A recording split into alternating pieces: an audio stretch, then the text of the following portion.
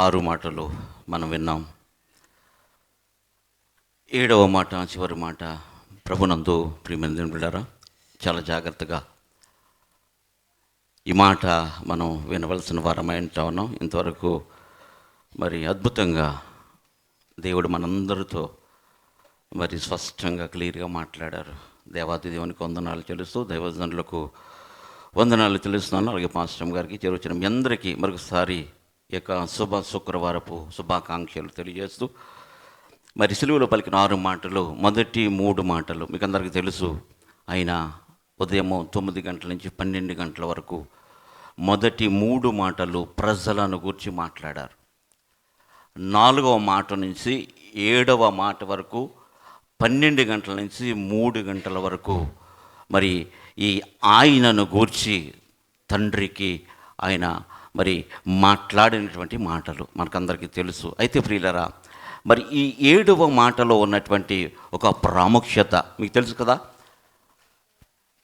కార్యారంభము కంటే కార్యాంతము మేలు.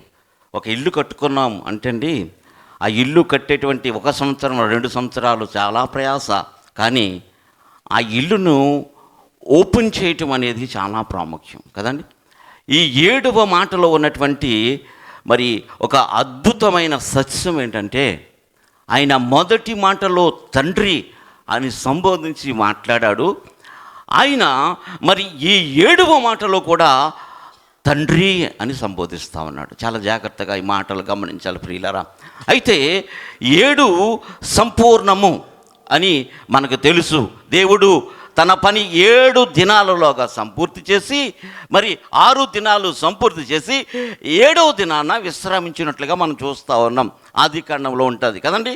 అయితే 7 మరి ఆ సిరియా సైన్యాధిపతి మరి ఆ యొర్దాను నదిలో మునగటానికి 7 మారులు మునిగినప్పుడు స్వస్థత.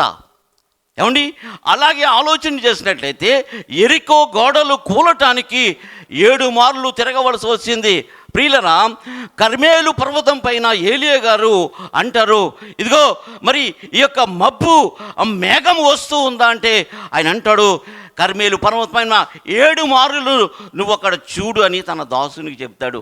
ప్రియులరా, ఈ 7కున్నటువంటి ప్రాధాన్యత ఎంత అమూల్యమైందంటే, మరి ఈ యొక్క ప్రకటన గ్రంథంలో అంటాం, 7 బూరలు, 7 ఆత్మలు, 7 కమ్ములు, 7 కన్నులు, 7 తెగుళ్ళు, 7 ఉరుములు, ఇలాగా చెప్పుకుంటూ పోతే చాలా ఉన్నాయి. అయితే ప్రియమైన దేవుళ్ళరా, ఈ యొక్క ప్రత్యేకమైన సమయంలో 7వ మాటలో ఆయన నీకు నాకు ఏమి బోధించనై ఉన్నాడు అంటే, రండి పరిశుద్ధ గ్రంథం నుంచి పేతురు రాసిన మొదటి పత్రిక, దయచేసి పేతురు రాసిన మొదటి పత్రిక 4వ అధ్యాయం 19వ వచనం చదవమ్మా. కాబట్టి దేవుని చిత్త ప్రకారము బాధపడివారు సత్ప్రవర్తన గలవారై నమ్మకమైన సృష్టికర్తకు తమ ఆత్మలను అప్పగించుకొనవలెను. దయచేసి ఈ మాటను వెనకాల చెప్తారా, నా మాట వెనకాల చెప్తారా? సత్ప్రవర్తన గలవారై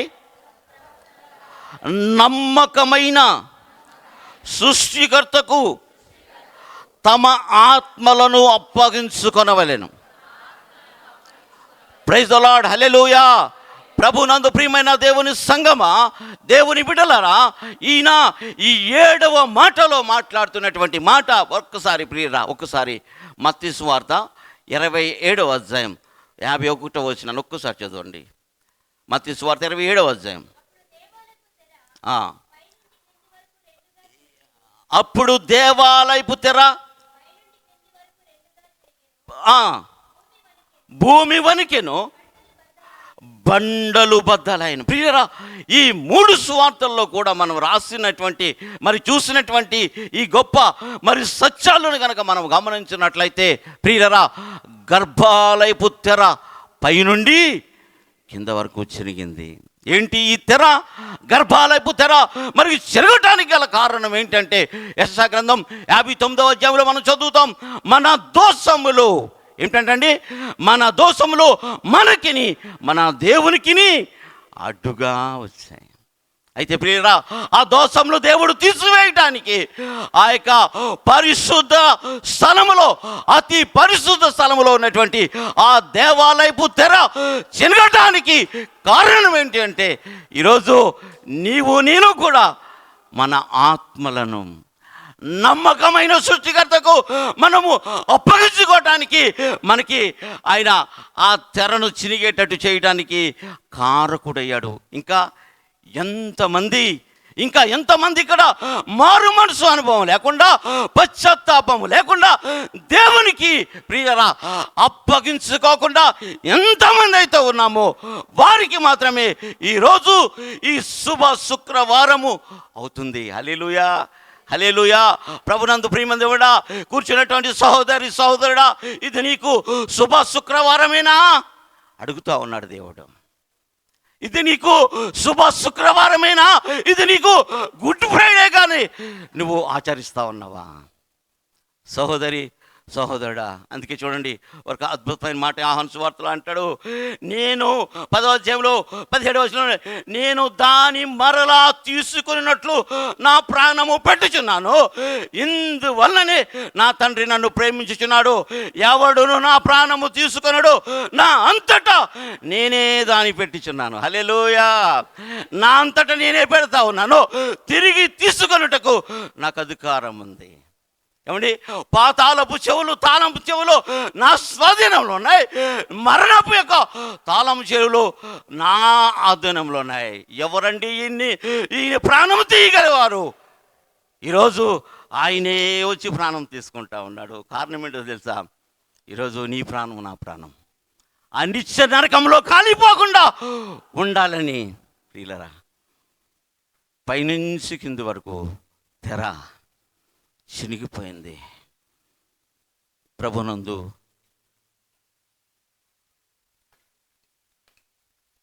ప్రియమైన దేవుని బిడ్డలారా, ఇంకా మనం జాగ్రత్తగా వాక్య లేఖనాలను గమనించినట్లయితే, ఆయన నేను కూడా పరిమళ వాసనగా ఉండాలని దేవునికి అప్పగించుకున్నాడు. Praise the lord. అంత మాత్రమే కాదు, ఎఫెసీయులకు రాసిన పత్రికలో చూస్తూ ఉండే ప్రియరా, 25వ వచనంలో చదువుకున్నట్టు, వాళ్ళే క్రీస్తు కూడా సంఘమును ప్రేమించి అది కలంకమైనను ముడతైనను అట్టిది మరి ఏదైనాను లేక పరిశుద్ధమైనది గాను నిర్దోషమైనది గాను మహిమగల సంఘము గాను ఆయన తన ఎదుట దానిని నిలువ పెట్టుకొని వెళ్ళని వాక్యమని ఉదక స్నానము చేత దానిని పవిత్రపరిచి పరిశుద్ధ పరచుటకై దాని కొరకు తన్ను తాను అప్పగించుకుని. హల్లెలూయా. ఆయన అప్పగించుకోవటానికి గల కారణం ఏంటో తెలుసా? నీవు పరిమళ వాసనగా ఉండాలి, అంత మాత్రమే కాదు మహిమ గల సంఘముగాని ఉండాలని. హల్లెలూయా, హల్లెలూయా. ఎంత అద్భుతమైన పాట. ఈరోజు ఈ యొక్క మధ్యాహ్న సమయంలో దేవుని మాటలు వింటున్నటువంటి, ఆయన సిలువలో రక్తపు మడుగులో ఉండి మాట్లాడుతున్నటువంటి మాటలు, నీ ఆత్మను ఎవరికి అప్పగించుకుంటా ఉన్నావు? కొంతమంది సాతానికి అప్పగించుకుంటా ఉన్నారు. చూడండి, దయచేసి ఇక్కడ అద్భుతమైన మాట ఉంది. ఆ మాట చదువుదామా ప్రియులరా? ఒకసారి ఆ మాట చదువుదామా? రోమీయులకు రాసిన పత్రిక, 1 తిమోతి 1వ అధ్యాయం 21 వారిలో 1 తిమోతి 1:20 ఒకసారి చదవమా. వారిలో హోమనైనను అలెగ్జాంద్రును ఉన్నారు, వీరు దూషింపకుండా శిక్షించబడుటకై వారిని సాతానుకు అప్పగించిని. Praise the lord. ప్రభునందు ప్రియమైన దేవులారా, ఈరోజు మనము ఎవరికి దేవుడిచ్చినటువంటి ఈ ఆత్మను అప్పగిస్తా ఉన్నాం? ఎవరికి అప్పగిస్తా ఉన్నాం? అయితే ఈరోజు మనము ఎవరికి అప్పగించుకోవాలో నీవు తెలుసుకుని గనక ఇక్కడి నుంచి వెళ్ళగలిగితే అది నీకు నాకు శుభ శుక్రవారం. అదే ప్రియులరా, మనకి గుడ్ ఫ్రైడే. ఆ సంతోషం మనము అనుభవించాలంటే ఈ మధ్యాహ్నకాల సమయంలో శిలువ పైన వేలాడుతున్నటువంటి యేసు వైపు చూడాలి. మనం ప్రార్థన చేస్తూ ఉన్నాం. ప్రభునందు ప్రియులైన దేవుడా, అయ్యా పోయిన సంవత్సరం ఒక్క ఆత్మ కూడా మా సంఘంలో రక్షించబడలేదయ్యా. 6 ఆత్మలు మాకు కావాలి. అని మేము ప్రార్థన చేస్తూ ఉన్నప్పుడు, దైవజనులు కూడా ఉపవాస ప్రార్థనలో ప్రార్థన చేస్తూ ఉన్నప్పుడు, ప్రియమైన దేవుని బిడ్డలారా 7 బిడ్డలని దేవుడు మనకిచ్చాడు. హల్లెలూయా, హల్లెలూయా. దేవుడు అడుగు వాటన్నిటికంటే ఊహించినటువంటి కంటే అత్యధికంగా చేయగల శక్తిగల దేవుడని ఆయన నిరూపించుకున్నాడు. ప్రియరా, ఈ సంవత్సరం 7 ఆత్మలు ప్రియమైన దేవుళ్ళరా ఆయనకి అప్పగించుకోవడానికి దేవుడు చూపిన ఆ కృపను బట్టి దేవునికి వందనాలు చెల్లించే బద్ధులమై ఉంటా ఉన్నాం. మీరా ఈ మధ్యాహ్న కాల సమయంలో ప్రభువు నీ కొరకు చేసినటువంటి ఆ ప్రాణ త్యాగం ఇంకా ఎవరు చేస్తారమ్మా? నేను ముగింపులోనికి వచ్చేస్తా ఉన్నాను, మనకు సమయం లేదు. అయితే ఈరోజు కొంతమంది వారి జీవితాలను తుచ్చమైన వాటి కొరకు, ఆ యొక్క లోకానుసారమైన వాటి కొరకు అప్పగించుకుంటూ ఉన్నారు. దేవుడు ఆ సిలువలో తండ్రి అని మొరపెడతా ఉన్నాడు, అడుగుతా ఉన్నాడు. ఈ ప్రత్యేకమైన సమయంలో వాక్యం బోధించేవారు లేకపోవచ్చు, కానీ వాక్యము నిశ్చము స్థిరముగా ఉండేది. ప్రభు నందు ప్రియమైన దేవుళ్ళరా, ఒకానొక దేశంలో ఒక బ్రిడ్జి నిర్మాణము జరుగుతూ ఉంది. ఆ బ్రిడ్జి నిర్మాణం జరుగుతూ ఉన్నప్పుడు ప్రియమైన దేవుళ్ళరా అనేక మంది చనిపోతూ ఉన్నారంట. అయితే ప్రియరా, అయ్యో ఈ పనిలోకి వెళ్తే నేను చనిపోతా ఉన్నాను, కాబట్టి ఇదిగో నేను పని చేసేటువంటి ఈ సామాను నేను కనబడకుండా చేయాలని అక్కడ పనిచేసే వర్కర్స్ అనుకునేవారు అంటండి. ఈ సామాను కనబడకుండా ఉంటే అయ్యో మా యజమాని ఇక్కడ పని చేయవలసిన పని లేదు అని చెప్పి అనుకుంటా ఉన్న సమయంలో ప్రియమైన దేవుళ్ళరా ఒక ఆయనంట 10 మందిని తీసుకుని వెళ్ళి ఆ పనిలో పని చేసి, అయ్యా మీరు పొద్దున్న సాయంత్రం వరకు 10 మంది కూడా ఇక్కడ పని చేయండి అని చెప్పినప్పుడు 10 మంది పని చేసేసారు. 10 మంది పని చేశారు. ప్రియరా, వచ్చి ఆ సామానంతా కొలుస్తూ ఉన్నప్పుడు, లెక్క పెడతా ఉన్నప్పుడు ఒక సామాను తక్కువ వచ్చింది. ఆ ఆఫీసర్ అన్నాడంట, ఇదిగో ఒక సామాను తక్కువ వచ్చింది, ఎవరు తీశారో చెప్పండి, లేకుంటే మీ 10 మందిని కూడా నేను ఇప్పుడే కాల్చి చంపేస్తాను అంటే. ప్రియరా, 2 నిమిషాలు అయింది, ఒక వ్యక్తి ముందుకు వచ్చాడు, వెంటనే ఆ వ్యక్తిని కాల్చి చంపేశాడు. ప్రియరా, జరిగిన సంగతి ఏంటంటే మరలా వచ్చి సామాను లెక్క పెడితే సామానంతా సరిపోయింది, తక్కువ కాలేదు. కానీ ఆ వ్యక్తి మరణించాడు. కారణం ఏంటో తెలుసా? ఆ సామాన్ ఆయన తీయలేదే, దొంగలించలేదే. ఎందుకు మరణించాడంటే ఆ 9 మంది మరణించకూడదని.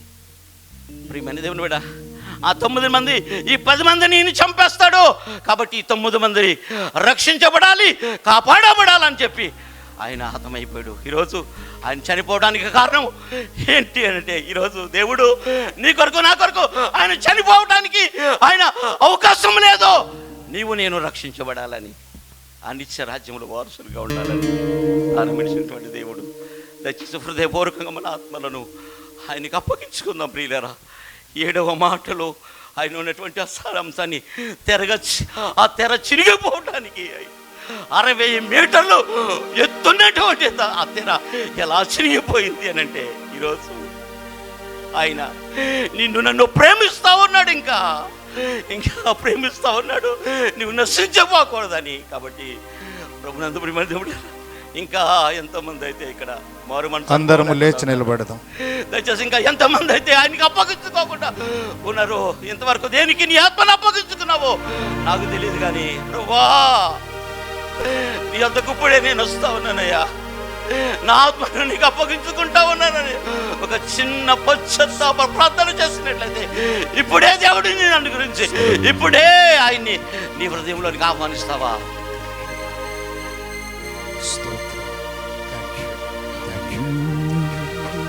చిన్న ప్రార్థన పరిస్థితులు మా తండ్రి, మీ ప్రేమ కొరకు వందనాలయ్యా. నీ కొలతలు లేని ప్రేమ నాయన, ఎత్తు పొడుగు లోతు ఎంతో గ్రహించగలవాడెవడు? ఆ కొలతలు లేని ప్రేమతో మమ్మల్ని ప్రేమిస్తా ఉన్నావు. ఇంకా మేము బ్రతికి ఉన్నాము నాయన, బట్టి వందనాలు. ఇగోనైనా 7 మాటల్లో ఉన్నటువంటి ఆ సారాంశాన్ని మాకు తెలియచేశారు.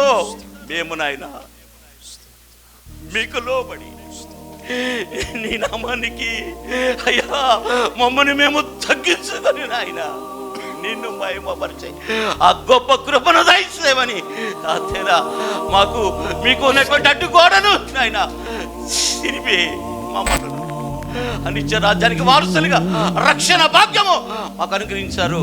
అందరి బట్టి వందనాలు, స్తోత్రాలు, కృతజ్ఞతాస్తుతులు చెల్లిస్తూ యేసు నామములో అడిగి వేడుకొని ప్రార్థన చేస్తాను మా పరలోకపు తండ్రి. ఆమేన్, ఆమేన్.